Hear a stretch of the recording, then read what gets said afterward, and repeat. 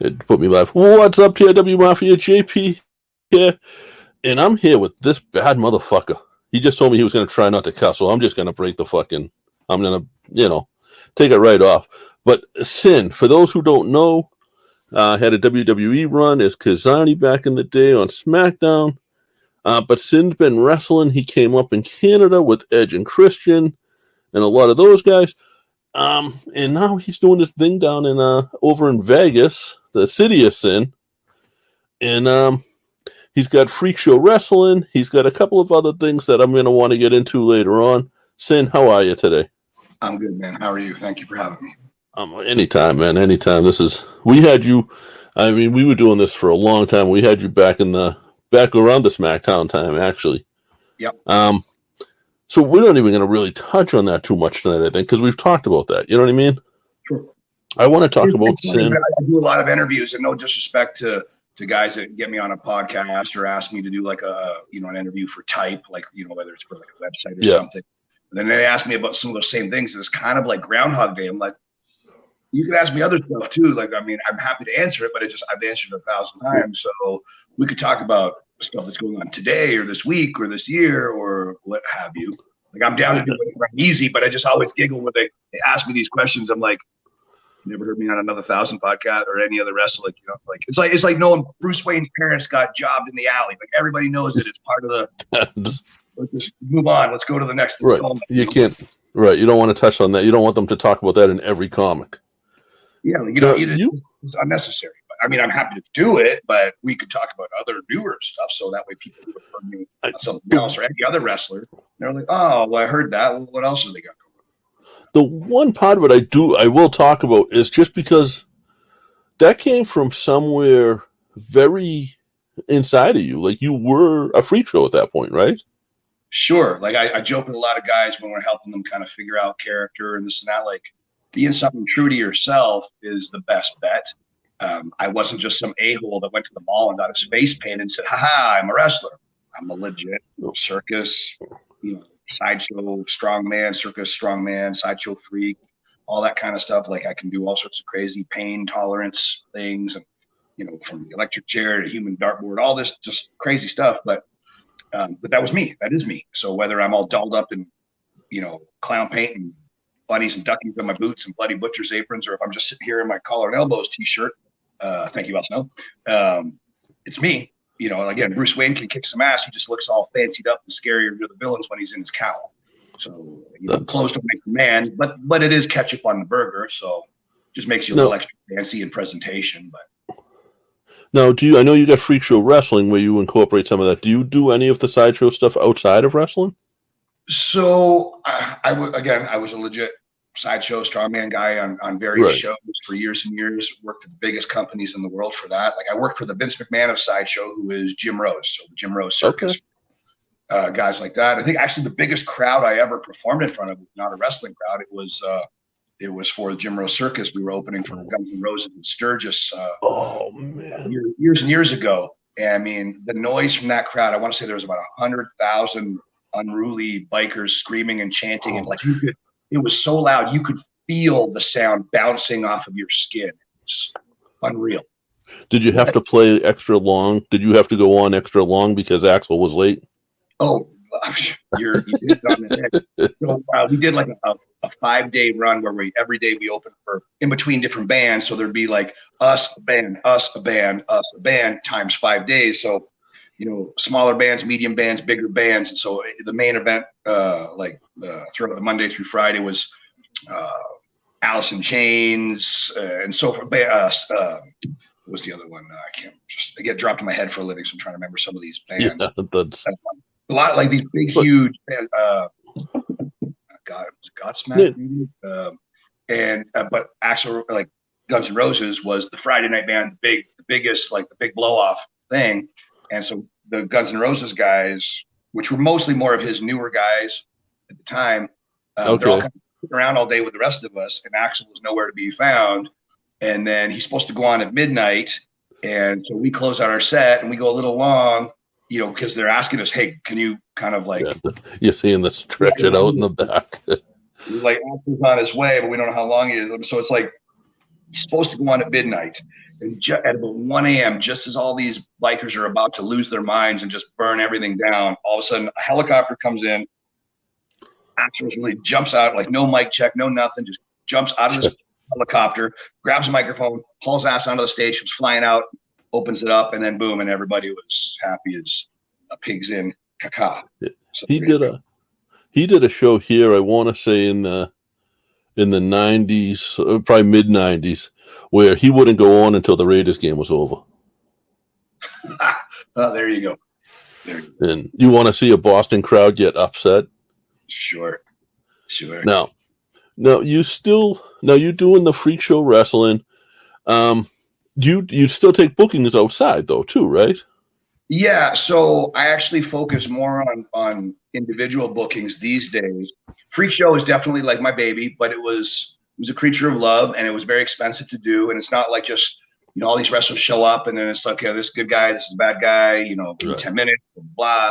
It was always like, okay, you're going to be the monkey, you're going to be the banana, you're going to be the robot, you're going to be the vampire. And we'd have to bring all these costumes, make makeup, wardrobe, and I would have to basically produce an agent and do everything. So whoever I was wrestling with, I would just see him in the ring because I was just too busy wearing 20 other hats.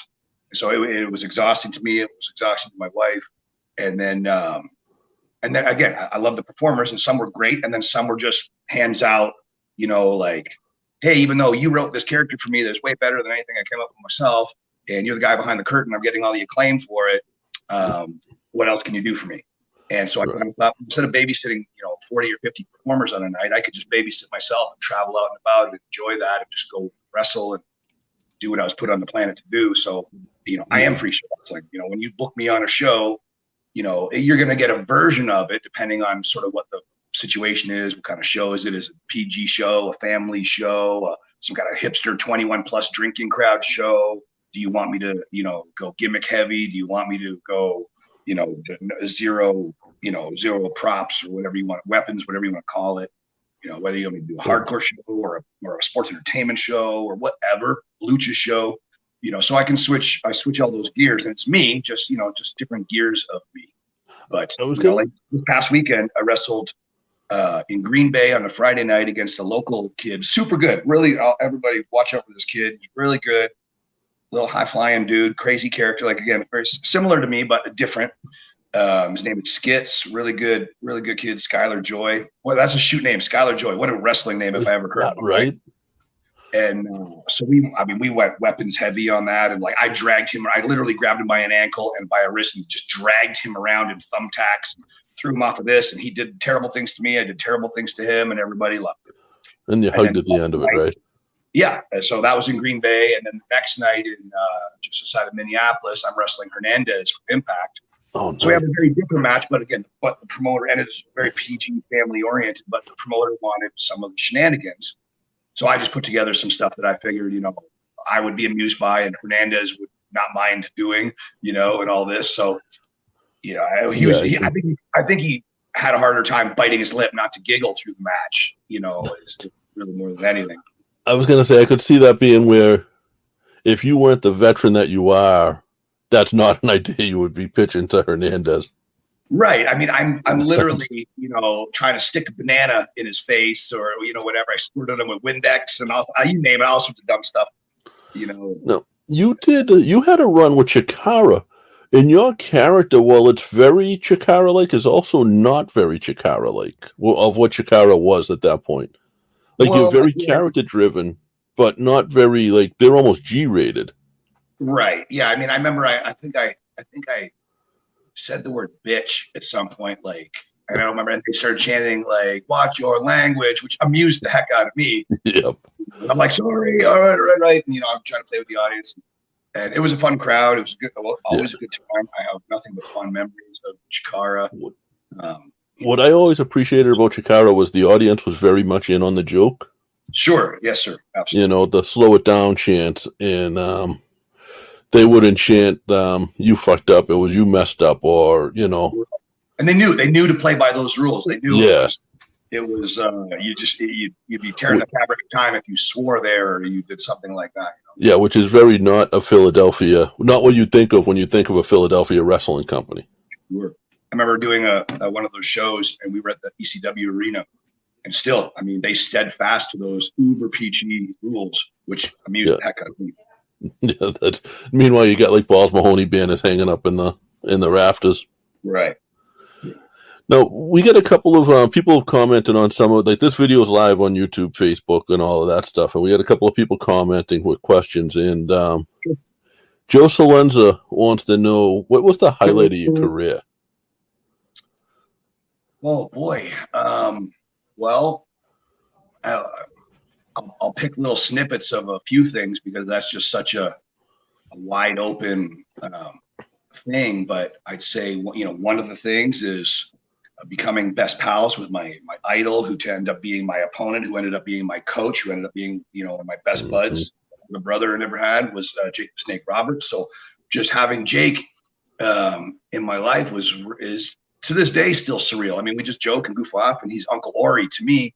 But I mean, when I was a kid, I was literally sitting on the couch with Edge and Christian as kids, watching Jake DDT Steamboat on the concrete. Yeah, thinking like Edge and Christian were beside themselves, and I just remember thinking, I want to be the guy doing the DDT, not getting the DDT. And I was hooked ever since. And then growing up, so I meet him, I wrestle him, we end up buddying up. I travel with him. He became my mentor, my coach, and everything. And now we're just as tight as close to me as anybody in my family. So that's pretty awesome. That's real. Like back, and I brought this up like how we had you on before. You at that point there, you were very excited because you were about to start being his bump guy during his training. During a couple of his, you were about to go be the bump guy in some of his seminars. Yeah, so we would do like we have a school together. I would do seminars with him, and it was funny. We did this big seminar at the Cauliflower Alley Club, which for those who knew, who don't know, that's like a yearly like a wrestling convention where it used to be closed doors, where it used to be like just for the wrestlers, not for fans, and then they opened it up and let everybody come in. And so we did a seminar together. And at that stage of the game, I want to say that, as amazing as he is, I don't know that he really spent time coaching per se. Like he would mentor, he obviously gave DDP the right stuff, Stone Cold the right stuff, Undertaker the right stuff. But as far as being at the school, like just having like a lecture, teaching a wrestling seminar or what have you. And they booked us together to do that seminar. And Jake just started out by going, "You start." And so I start talking, and then I look at him like, you want to jump in on this? And he'd go, "Yeah, keep going." And I'm trying to tag out to Jake because yes, I know my stuff, but at the same time, I'm smart enough and humble enough to appreciate he's Jake the Snake and I'm not. So people want to hear what he's got to say. So he would literally end up doing these things where I would talk for like 5 minutes and he would go, "Yep, what the clown said." "Oh, yep, he said." And then, then eventually he kind of got cozier and jumped in, and we went back and forth, and it was really fun. And I remember I had so many people come up to us afterwards and give us compliments, and The Rock's mom came over and quote unquote said, "Boys, that was fucking awesome." That's awesome. And Jake just looked at me like a little kid. He's like, "That was awesome. That's The Rock's mom." Right. That's one of those things where you get goosebumps. Yeah, we're both little kids, And so for her to come over and drop that on us, that lineage goes without saying, And so that was really neat. And then, now we opened up the snake bit and did a lot of coaching with that stuff. But yeah, I think doing those seminars was really great for both of us because I think it gave knowledge back to the industry. And then it was fun for us. Like it was cool to give back. So hopefully it was useful to who was listening, and it was fun for us to let it. Now, is the Snake Pit Wrestling Academy, is that a traditional school? I want to word this right. Is that like a normal school where it's open weekly, or is that just seminars? Yeah. So I used to coach when I first moved to Las Vegas. I coached for Future Stars of Wrestling, FSW. Yeah. And then Jake and myself and D'Lo Brown decided to branch off and do our own school. So we did our own school, Snake Pit. And then we just felt it to be an inevitability that we should all sort of, work together. And I think it's hard enough to be a success when you're working together, let alone when you're fighting for scraps. So Snake Pit and FSW kind of got into bed together. So they had Kenny King and Disco Inferno teaching, and we had myself and Jake the Snake and D'Lo Brown teaching. So now all of a sudden you've got a school of these 5 guys. Right. That are all incredible.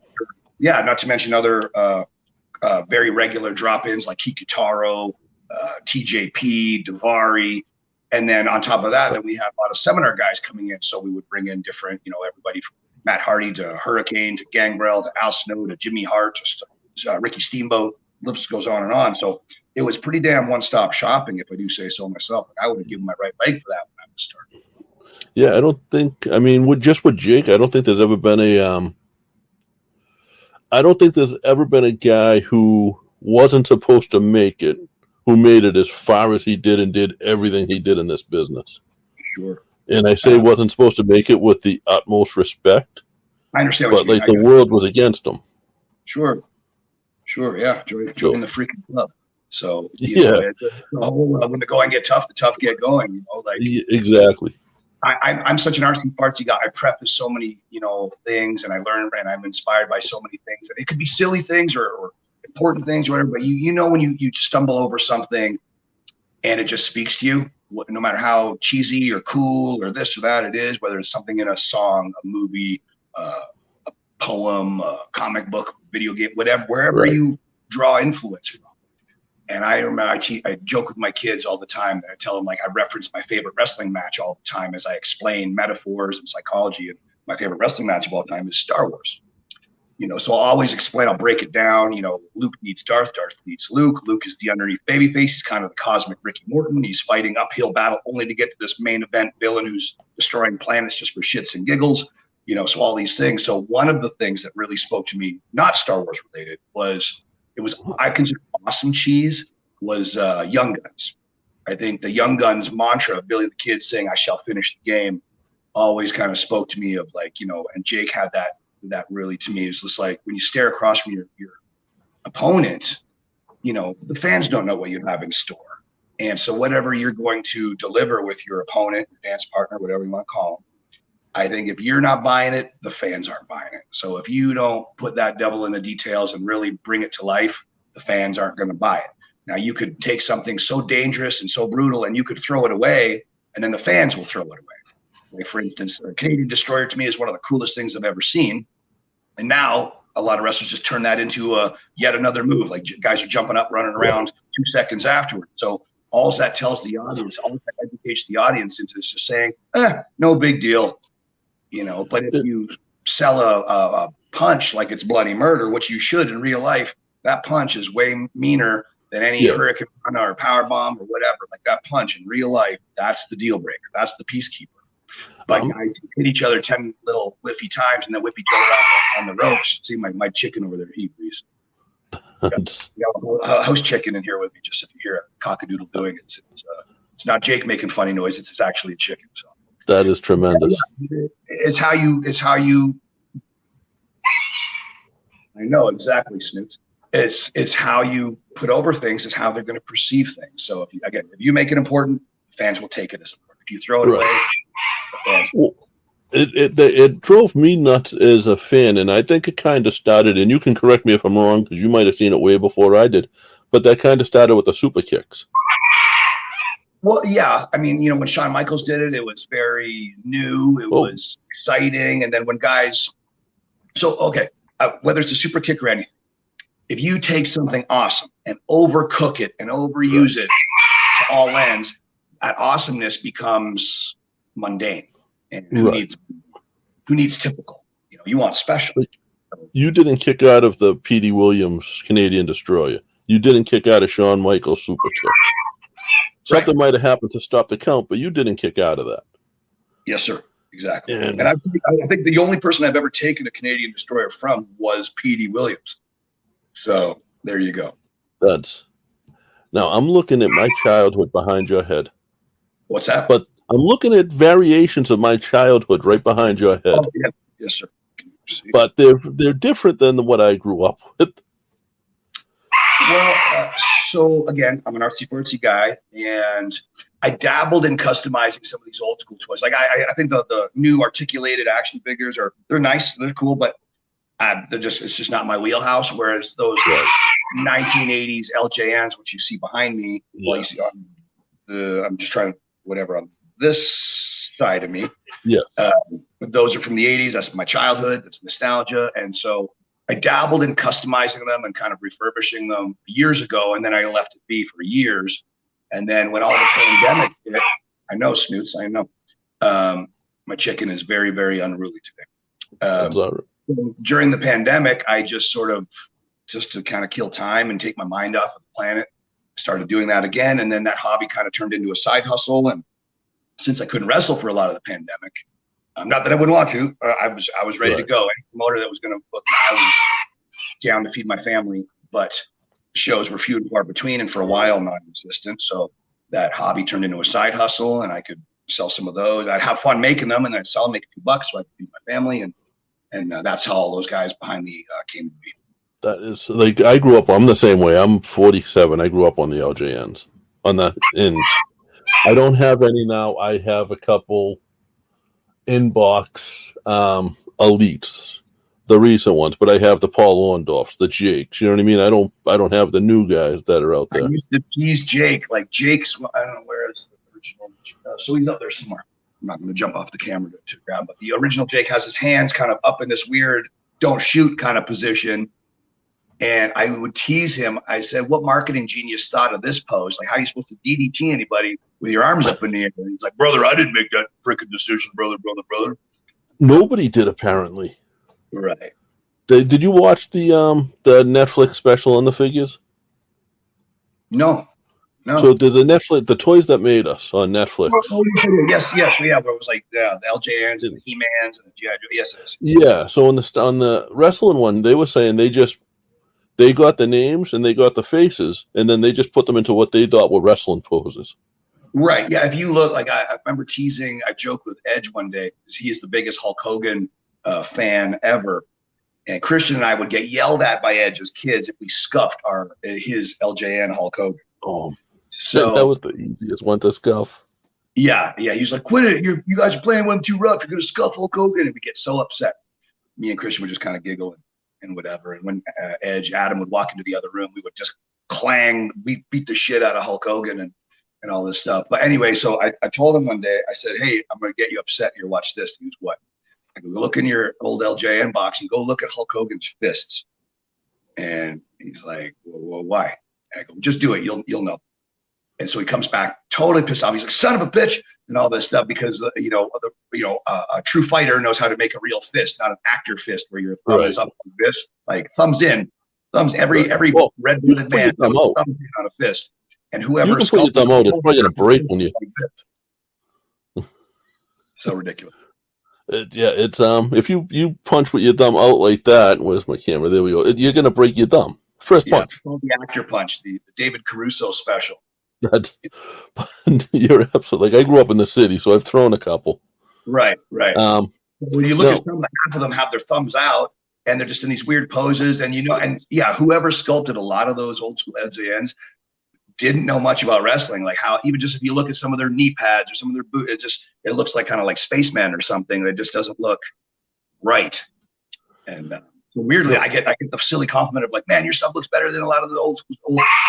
A lot of the old school ones, they speak to me out of nostalgia, but when you really look at them, they weren't overly well done. So I don't know that my bar is set.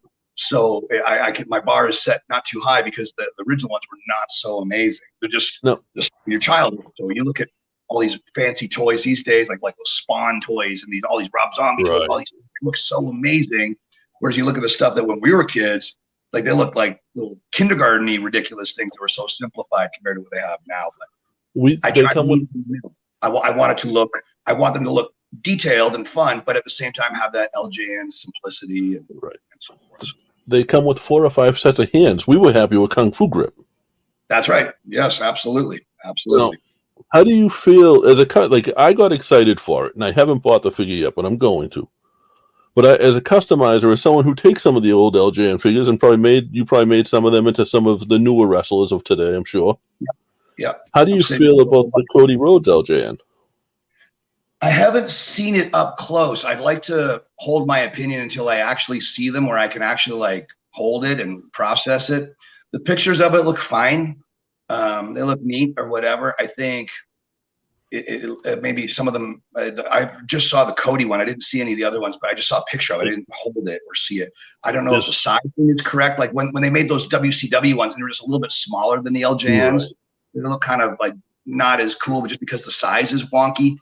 So I don't know if the size is right. I have to kind of see it with my own eyes, and I think it almost looks a little too pretty. It almost looks too perfect. Like where the LJNs were kind of simplified and kind of a little sloppier, for lack of a better term, and they had that Hulk Hogan rock and wrestling look as opposed to this really nifty, articulated, fancy, modern look. So I destroyed one of our guests a couple of weeks ago. He was he's a tattoo artist out of New Jersey, Brett Stuller. All right. And he has every LJN figure mint in box. Okay. He said he's awesome. One of about 3 or 4 that he knows of that has it. That has all of them mint in box. So I absolutely destroyed him when I told him there was a new one.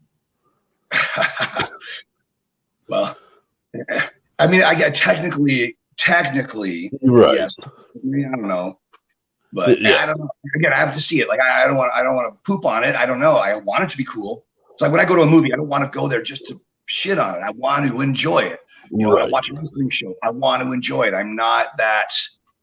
He didn't put his elbows correctly with the way he did his suplex, or you're watching a movie and I want to enjoy the movie. I don't want to hear, well, Peter Parker's his web shooters were out of his wrist. It was supposed to be a machine.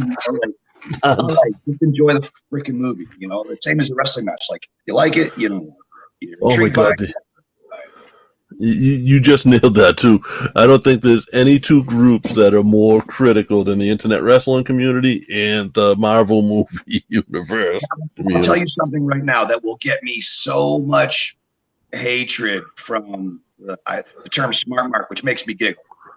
I personally, I don't think they exist. I think there's people that love wrestling and people that have opinions, and I'm happy for both.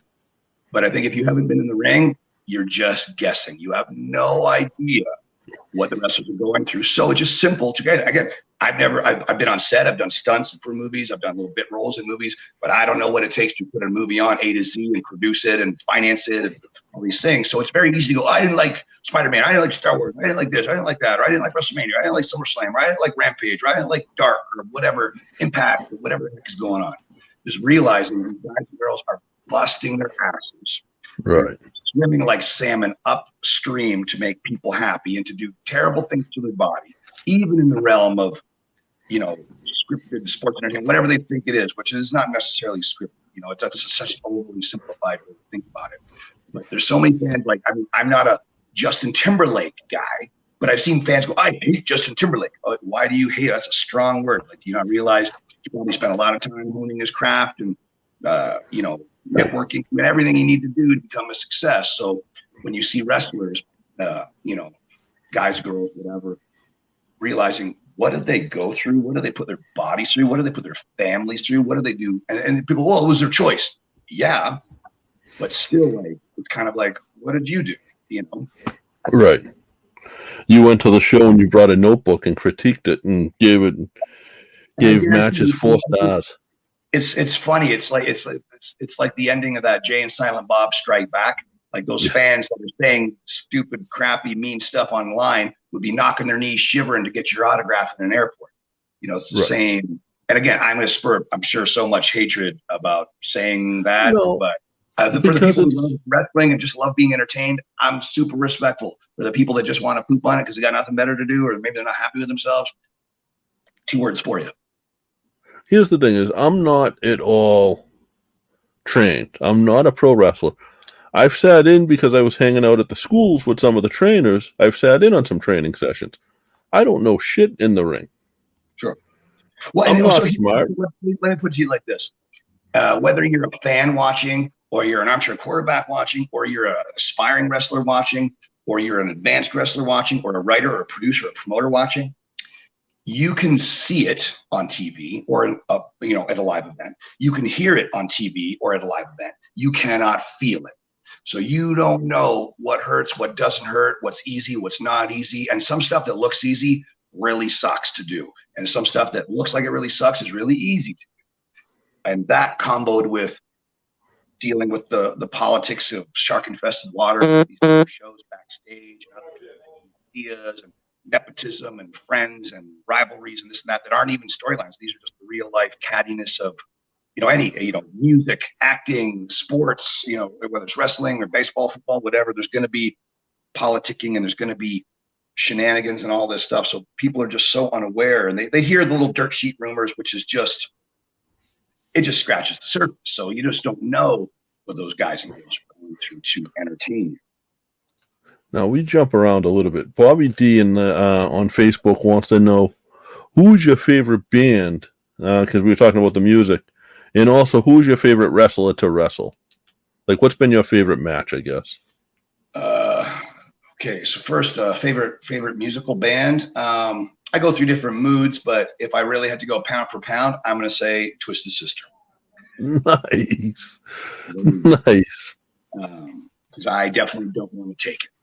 It doesn't get much more 80s than that. Right. And, I love it. Yeah, my guilty pleasure is glam rock and southern. Like I'm a Skinner, Journey, Bad Company kind of guy, but I'm also what they say, like leaping big buildings with a single bound, stronger than a locomotive. I'm stronger than a Steelheart ballad.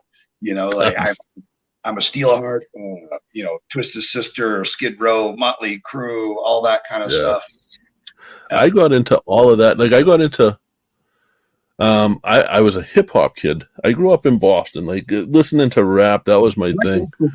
I was like, I liked like Run DMC and LL Cool J, and NWA, and that kind of stuff. Yes, that was it. And but Twisted Sister, when they came out, I wasn't into like hair bands, metal, anything rock at all. They were just different, and I enjoyed it. And I liked their songs. I think it was because it was like half laughing at them, but then it was like you listen to them, and it's like, yeah, man. Well, it was again like the Billy the Kid Young Guns reference to me was like awesome cheese. Like it was cheese, yet delicious, wicked, awesome cheese. Yes. So weirdly, as far as like an influence, even visually, because I'm such an artsy fartsy guy, so I think very visually. If you look at Dee Snider on the Stay Hungry album, Sister, that comboed with like Rip Rogers and Vince Neil and stuff, Freebirds. That's a Kizarney right there. The big red coat, the blonde hair, and the eyeliner. That was a Kizarney look. Was the Stay Hungry Dee Snider. Okay. Have you guys I would never have seen that before, and I do now. Yeah, Dee Snider meets Green Goblin, and then there's sort of early Kizarney, early Sinn Bodhi.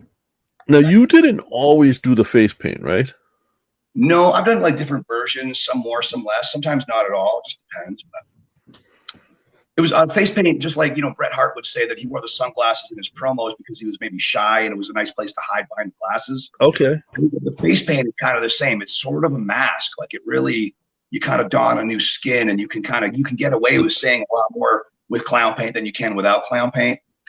And again, for the character stuff, it's more Bruce Wayne than it is Joker. Like you see clown, you think Joker or Spalding or whatever, but really it's more a Batman thing for me. Like Bruce Wayne can kick ass, but he's scarier to the villains when he's in his cowl. So like, yes, I'm a legit circus strongman. I was a bar fighter, a bouncer, a bodyguard, all this stuff. I was a tournament fighter, blah, blah, blah. But with the face paint on, it just makes it look a little gnarlier. It's my cowl. Doing the clown stuff and like the version of the clown stuff you were doing, did you ever get to work with like the juggalos? With ICP? We've known each other for 100 years, ever since TNA, way back in the day, like when it was like TNA, like those weekly pay-per-views. Yes. Back then, we've always been cool. And then every time we ever tried to, they wanted to have Freakshow Wrestling at the Gathering a couple times, and it never, for whatever reason, sometimes it was a budget thing, sometimes it was a schedule thing, nothing ever worked out. And in all those years that I've known them, finally, I want to say it was a couple months ago now. My timeline's not that great, but I want to say about 2 months ago-ish, I was a surprise match on one of the Juggalo shows up in Detroit. I literally flew up on a Wednesday, was home by a Thursday. So I used to be a juggalo. I still appreciate them. Like you said, it's like the art of what they do and the visual aspect of it as much as it was the music, like the Fago flying, all the stuff going on, the zombies walking around in the background at all their shows. The fact that they had the balls to literally invite the fans onto the stage. Sure. What was it like working in Detroit with them? Because that's their hometown. Right. The lion's den, so to speak. Yeah. So back in the day when I was first cutting my teeth, like as a green wrestler, turn of the century, 99, 2000, 2001, I spent a lot of time in Detroit wrestling with Huck, underneath Huck's show. Okay. Insane Championship Wrestling. Yes. And so I met a lot of different guys there, you know, from CM Punk to Colt Cabana, the Necro Butcher to, you know, Pondo and all those guys. So I cut my teeth in a very, very bloody, hardcore city. So coming back, I mean, I've wrestled off and on for, like, I used to wrestle for Scott Moore, who's one of the Impact guys. Right. I wrestled for him in Detroit. I wrestled on 8 Mile so many times and all this kind of stuff. So I'm no stranger to the D. I just haven't been there in quite a while, and finally got to go back up a couple months ago. It was a lot of fun. Yeah, I would think that, like, as a performer, whether you're into like the Insane Clown Posse or not, I would think that performing in front of their crowd would be something like special, because they get so into it. Like there was a referee from this area, and he showed up at one of their shows, and you know somebody brought him in or whatever. And he thought he was going to ref. They threw him in a pair of cut-off jorts, and he was Backwoods Billy. Right. And the fans were chanting for Backwoods Billy. They had no idea who he was. That was a character that was made up 10 minutes before the show. Sure. And those, you know, fans, you know, especially the fans like that, they want to go and they want to let it all out. They want to bark at the moon. They want to shout it out. You know, they want to shout at the devil. They want to do all that stuff. And they want to enjoy. They want to just exhaust their energy. And so that's a wonderful kind of crowd to work in front of. And some crowds, you have to earn it a lot more, or it's harder get. You can get it, no problem. Like if you have any kind of skills and every creativity and you got some balls, you can get it done. See, my chicken agrees. You know, but I always giggle when I hear, you know, when wrestlers will do shows, you know, maybe like at a convention or at a ball game or something. And they'll you know, they'll be met with crickets, and then they'll squawk it as like it's the fans' fault. Like, well, it's not a wrestling crowd. And I would just giggle. I'm like, so they're humans, aren't they? Go entertain them. It's your job to figure out how to entertain them. Like, if your Hurricane Rana isn't getting it done, do something else. If your dive isn't getting it done, do something else. If whatever it is you're doing isn't getting it done, do something else. Like switch gears, learn how to work. You know, learn how to put that crowd. The crowd isn't sitting in those seats. The crowd, the camera right there. The crowd is right there. If you're a good wrestler, that's where the crowd is. That's where they're sitting in the palm of your hand. You're putting them there. They want to be put there, or else they wouldn't have bought a freaking ticket to go. Right. I think that's the difference. But what you just said, that's the difference sort of between a wrestler and a worker too. Right. And you need both. You know, different words morph over the years. Like some words meant something drastically different 50 years ago than they do now. You know, nowadays they throw around the word worker. There's a lot of wonderful, I see Harvey Snoots again, he agrees. There's a lot of wonderful athletes. There's a lot of wonderful sports entertainers. There's a lot of wonderful high flyers, a lot of wonderful good guys or bad guys, or whatever you want to say. Not a lot of workers. So that's not an insult. That's not a dig. Right. That's not some kind of passive aggressive. What does he mean by that? It's. I mean it exactly what I say. You know, like I would joke if you've ever seen Chasing Amy. Oh yeah. Old school movie. So some of the younger guys that don't have to see the movie, I'll explain it. It's a comic book thing, and there's a scene in the movie where they're arguing over. So the one guy pencils, he draws the comic books, and then the other guy inks over the pencils, and he's the inker. He's a tracer. So, yeah, this other guy comes along and goes, "Oh, so you're a tracer?" He goes, "No, I'm an inker." He goes, "But you didn't draw it, right?" He goes, "No, I inked over the drawing." He goes, "So you're a tracer?" So I would joke and say, "I am a penciler, not an inker. I can work. I don't need to memorize. I can feel." And you know, at times when for safety or for maybe economy of time or something to get everything right, or to make sure some certain dominoes fall where they may on purpose, you know, you memorize certain things. But for the most part, you should be able to work. Like, what if you need to go short? What if you need to go long? Oh, so and so's broken down and they're not here. Can you wrestle for another 10 minutes? Yes, I can. Can you wrestle for another 60 minutes? Yes, I can. Where that's very intimidating and scary to a lot of younger wrestlers, not because they can't, they just haven't been taught that lost art way of walk and talk business, whatever. Yes, that whole Memphis walk and talk style, or just working is just the simplest way to say it. It's a very, very, very lost art.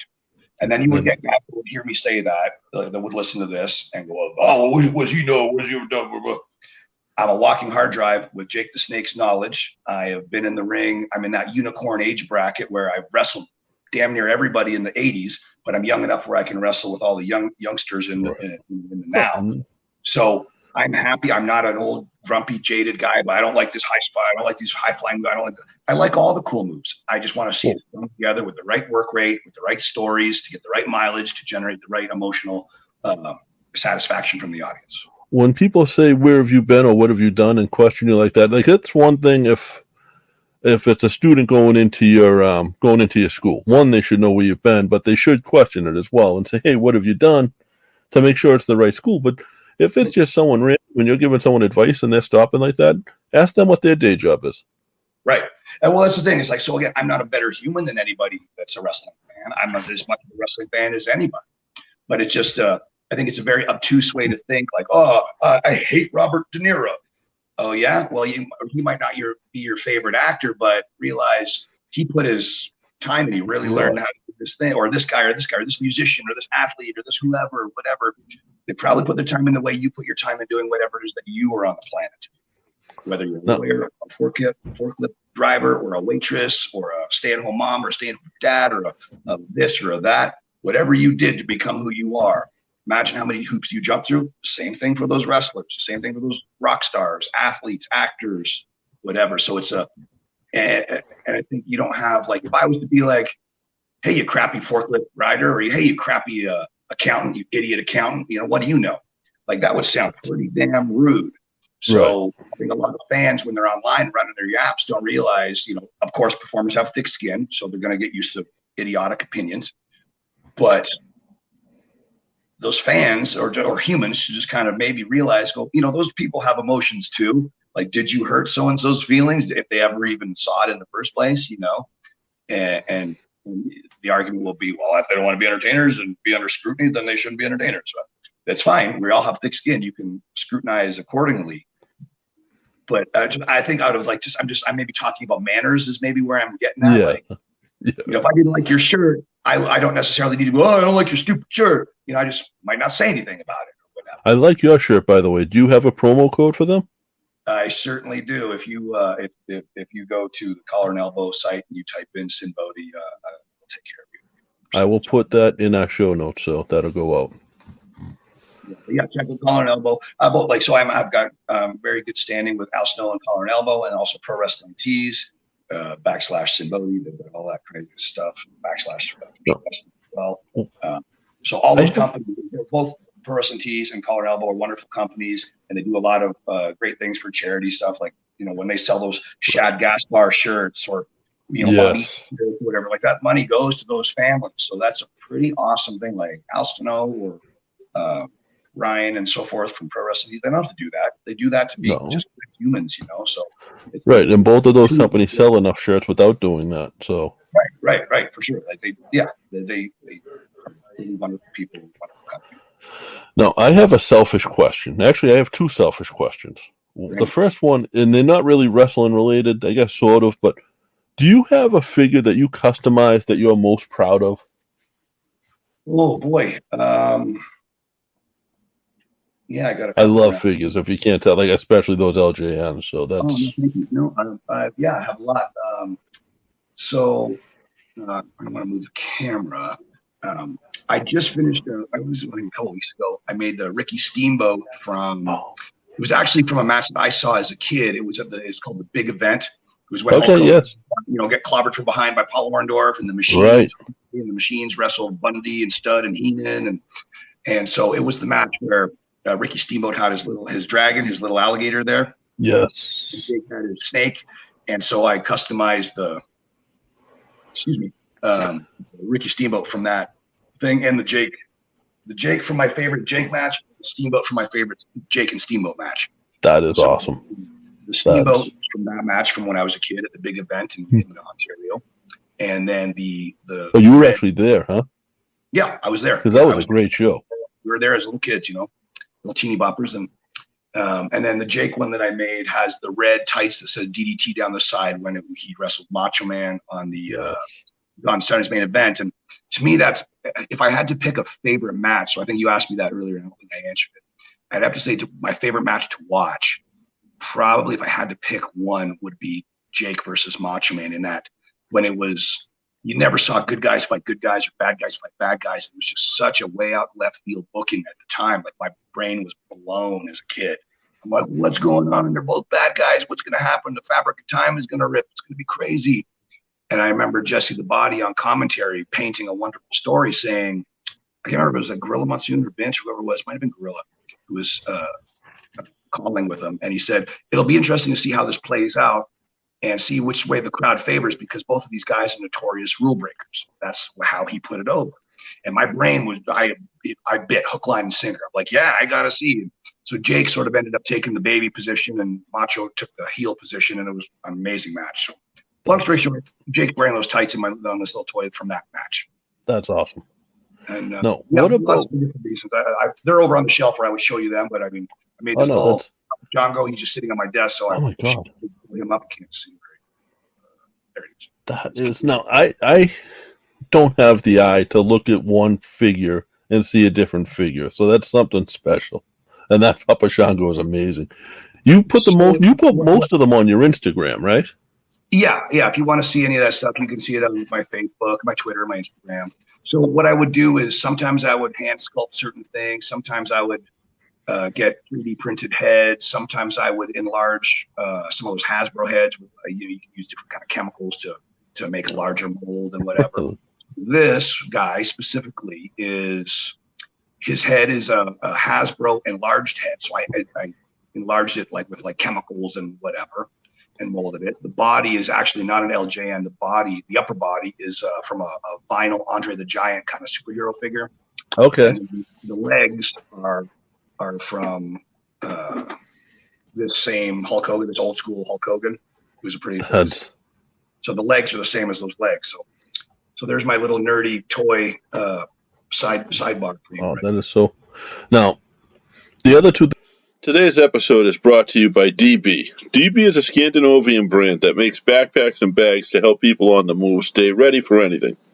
From streets to the peaks, DB's gear is travel tested by some of the world's best athletes, adventurers, and creators.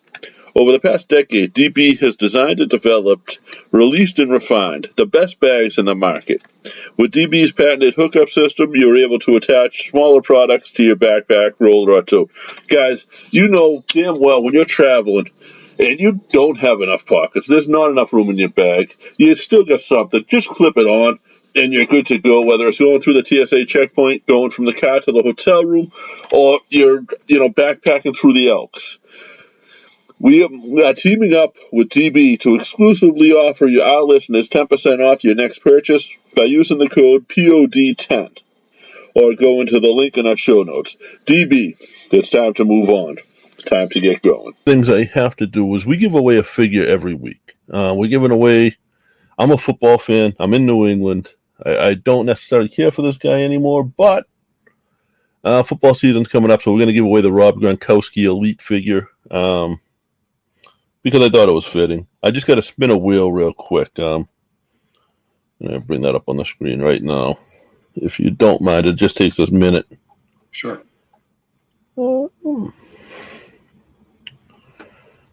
Yeah, just making some of these different toys, for whatever reason, whoever amused me or whatever as a kid and this and that, so certain things. Yeah, there's a few,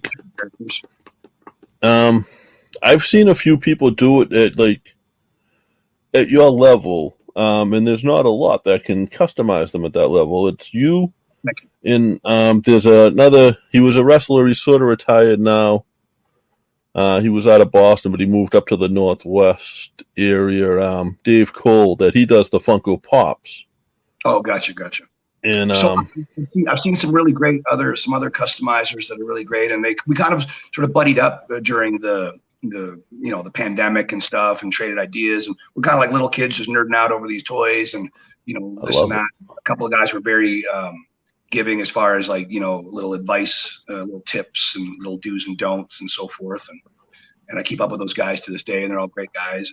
And it's a fun little weird, like we're all like giant little kids. Like I joke and say I have a PhD in recess. Like I'm a professional giant child. That's what I am. But so, you make a living at it. Sorry, the three Irish boys, the Irish Whip Twitter actually won the raffle. So I'm just going to shuffle and spin again real quick. Fair enough. Can't have that. We got to give this figure away. Weirdly, so I mean, I don't know. Weirdly, I have no disrespect to him. I made him because I like the character, but I made a Bastion Booger, which everybody seemed to lose their mind of. So I have so many like pre-orders to like make new Bastion Boogers for everybody. And then last week it was a really cool day where I put out I made a Shockmaster, and I think it turned out pretty damn well. And a couple people were sort of were polite to how it looked, but mean as far as the actual dude. He's like, well, he never looked that good. And I mean, I did big arms and all this, like big muscular arms, this and that. And I said, looking good, making other wrestlers look good is what I do. That's, a sign to be a worker. I was just kind of being tongue in cheek. And the cool thing, I'll show you, he's right here. I can grab it for you. Red Star Dragon, you were really close, but it went to DJ Robbins 7. So I made this guy, I made this Shockmaster here. That is. I keep on going the wrong way on the cameras there. There you go. That is crazy. And so he is 100% hand sculpted. And besides the Star Wars helmet that I built. Yeah. The cool thing about it was the other day, last week or so, when I posted it, the first person to send me a really, really sweet message saying how much he liked it was the real Shockmaster, was Fred Ottman. So that Tugboat, Typhoon. So that was really, he's like, man, he goes, that's really great. And I hope you have a wonderful day. It looks great. He's just a really sweet, nice man. So again, awesome. We can, talking about, people can make fun of certain wrestlers if they want to make fun of whoever, or I don't like this guy, or I don't like that guy, I don't like Kizarney, I don't like him, I don't like this, I don't like Shockmaster. You realize how hard these guys work, or, dumb shit can happen, and that's that. And then you get, kind of, you got to carry it around, but he's such a great dude that it's a piss off to see. Like for me, I've got thick skin. I'm more vicariously upset when they're meaner to other guys that I like or respect and whatever. That's right. Yeah, I'm more likely to stick up for a friend than I am for myself. Yeah, like again, I've got thick skin. I'm really not worried about it. I'm not worried about smartmark73 at hotmail.com busting my balls. But I don't mind firing back when it comes to one of my brothers or something like that. That's cool, and that's sort of the advantage I think you have too. You talked about how, like, being your age and being a wrestler, you've got to work with a lot of these guys. So now you're customizing these figures, and you're able to show them. Yeah, half these guys have been in the ring with. It's surreal. Even when I was doing it, let alone when I look back on it, like standing across from Road Warriors or Rock and Roll Express or Steiner Brothers or Kamala or King Kong Bundy or Jake the Snake, or you name it, all these guys, when you're in the ring standing across from those guys, I don't know about anybody else, but what was going through my head was like, what the hell am I doing with my life? This is crazy awesome. Like these are some wild Samoans standing across from me. What am I thinking? That's, some. You would fit right in with that. I could see you fitting right in with them though. Well, I came up with a lot. I really cut my teeth on a lot of, off of the Wild Samoan show. I wrestled just about every famous Samoan you could think. I never wrestled The Rock, but just about all the other ones, just about. Now, do you have, because I know you wrestle a lot of the young guys too around, when you're traveling around. Do you have, is there somebody that should be on everybody's radar that you don't feel like is? Over the years, I've seen a ton of woulda, shoulda, coulda guys that had the skills, guys that had the range, creativity, and just for whatever reason, life and happenstance was not on their side. Dude, there's so many of those guys that could hang with anybody on TV that never got to TV, and the wrestling universe will never get the pleasure of watching them because they just happenstance just did them wrong. I have. At the wrong time, they got somebody pregnant, or they were. Somebody just rubbed they rubbed somebody the wrong way, and they just got screwed before they ever got any momentum or anything like that.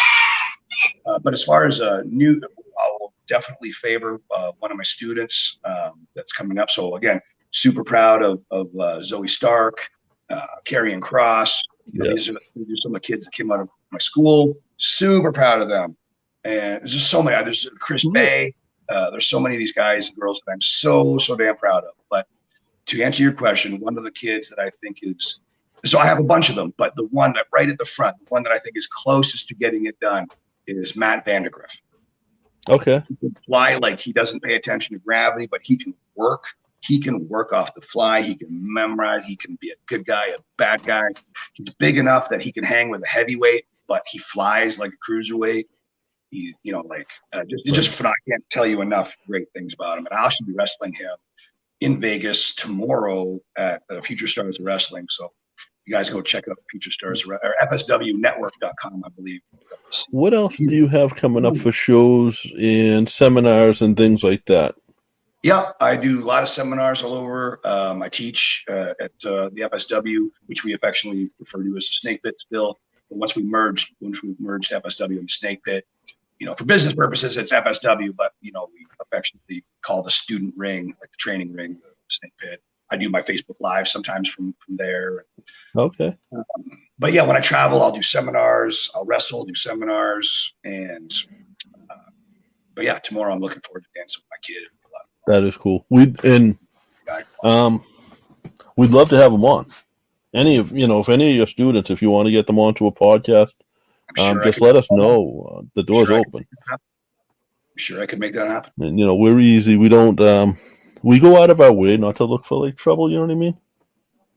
I think me and Joe, the other kid I've done it with, I think we found enough trouble in our lifetimes where we go out of our way when we do this to not look for it.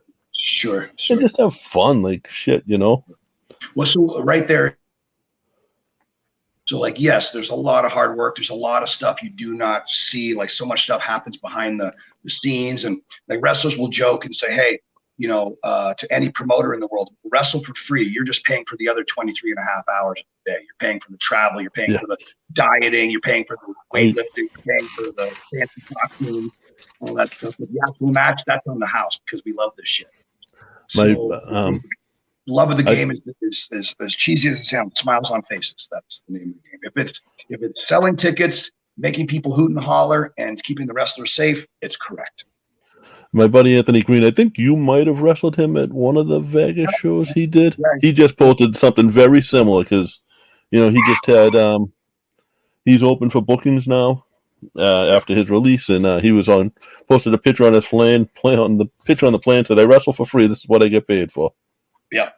That's sort of an inside gag for the wrestlers for years and years. That's very true. And when you think about it, that's probably the best part of your day on some days is being in the ring. Now, listen, I want to say thank you to you. Before we put your stuff out there, because I do want that to go out last, I just want to tell people because, and this is I don't want to take everybody down, so I'm not going to, but, Daphne, who I know you were friends with, passed away last night, and our sympathies, first of all. Thank you. Second of all, if any of you that are listening to this feel like you have nobody you can talk to, our DMs are open. If you hit us up and saying, I'm having a bad day, I'm thinking about hurting myself, chances are I'm going to reply and say, here's my phone number, give me a call. That's how I am. There's other ways. Sure, absolutely. And you never know what people are going through. I'm certainly no expert, but I've had friends, prematurely leave the planet, of their own choice. Yeah. Those people every day, like they haunt you, and I've got one special good friend to this day. I kicked myself going, I was so close to him. How did I not see that coming? Right. And so I will swing this back into a positive very quickly. I promise. I'm a nice guy. I like to be nice. I enjoy to be nice.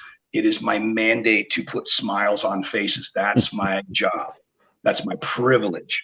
So today I had posted a rest in peace Daphne thing. And of course it was just, one troll. Like so many nice people saying, I'm sorry, I hope you're okay. I hope your family's, hope her family's okay. I hope everything, all the things that nice humans should say. And one idiot troll just put something so crappy. And for a split second, I knew exactly what, trolls are being trolled. I know what they're doing forever. So they're not going to rent space in my head. And they were quickly forgotten, just a quick block. And that was that. But I just thought, again, wouldn't hurt a fly. Super, super nice. man, for about 30 seconds of my life earlier today, I fantasized about just reaching through the internet and doing some unspeakable things. My instinct would be to post my address.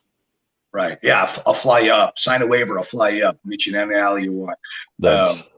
And so quickly, 30 seconds of morbid fantasy, and then that was out, and it was back to being positive and moving forward. So wherever Daphne is right now, I hope, and I know that she is, playing cards with Owen Hart and Macho Man and Papa Orndorff and Bobby. They're all playing cards, cutting up in a cosmic locker room somewhere.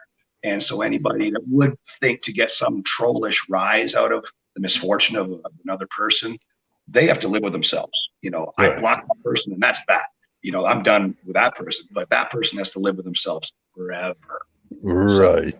And the only reason I bring it up is just to let other people know, hey, if they get met with some really shitty negativity, shrug it off, because that person wants you to be miserable. If you let them, if you fall for it, then you're playing right into their trap. So just, going gets tough, the tough gets going. And if you need help, of course, ask for help.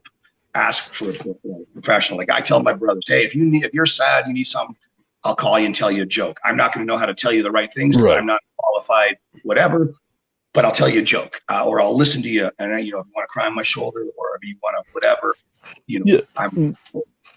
that's about what I'm good for, is I can listen to you. I'll let you vent, and I can't give you advice because I'm not trained on that. But like you said, if I can put a smile on your face at the end of it.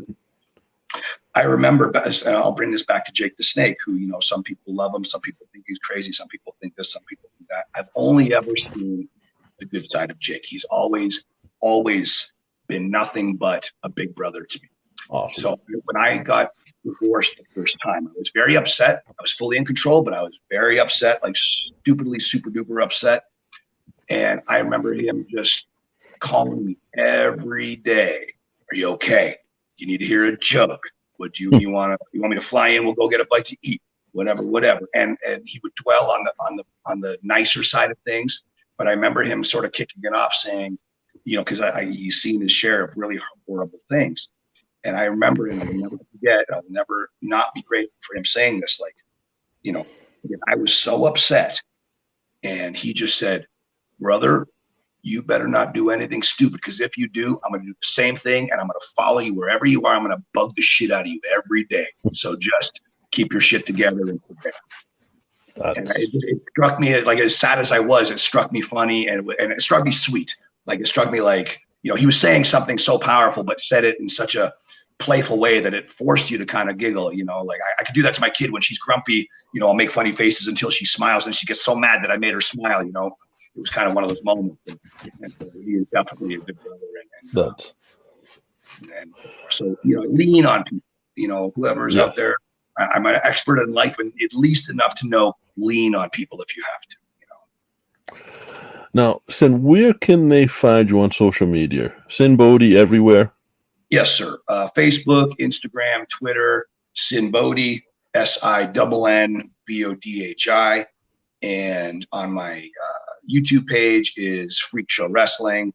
And there's other kind of offshoot ones that aren't mine, but my Freak Show Wrestling page on YouTube has like a sort of little cartoon eyeball, kind of an eyeball icon, so that's the right page. Oh, I'll make sure those links go in the show notes as well. So when that goes out, and there's a ton of promos, matches. There's those Syndiculous episodes, which again, something I made during the quarantine to A, amuse myself, and B, hopefully distract other people from being rats in cages while all the shenanigans is going on. But Sinn, I appreciate you. I appreciate your time tonight. This was fun. Like I said, it was a sort of a revisiting. So I wanted to get, and I think we got most of your career from that point on. And it's been a fun trip, man. I appreciate you. I appreciate what you do. And like I said, our door is open to any of your students. So thank you very much. Well, just shoot me a reminder, and I will definitely send some of them your way for sure. Awesome. Thank you, Sinn.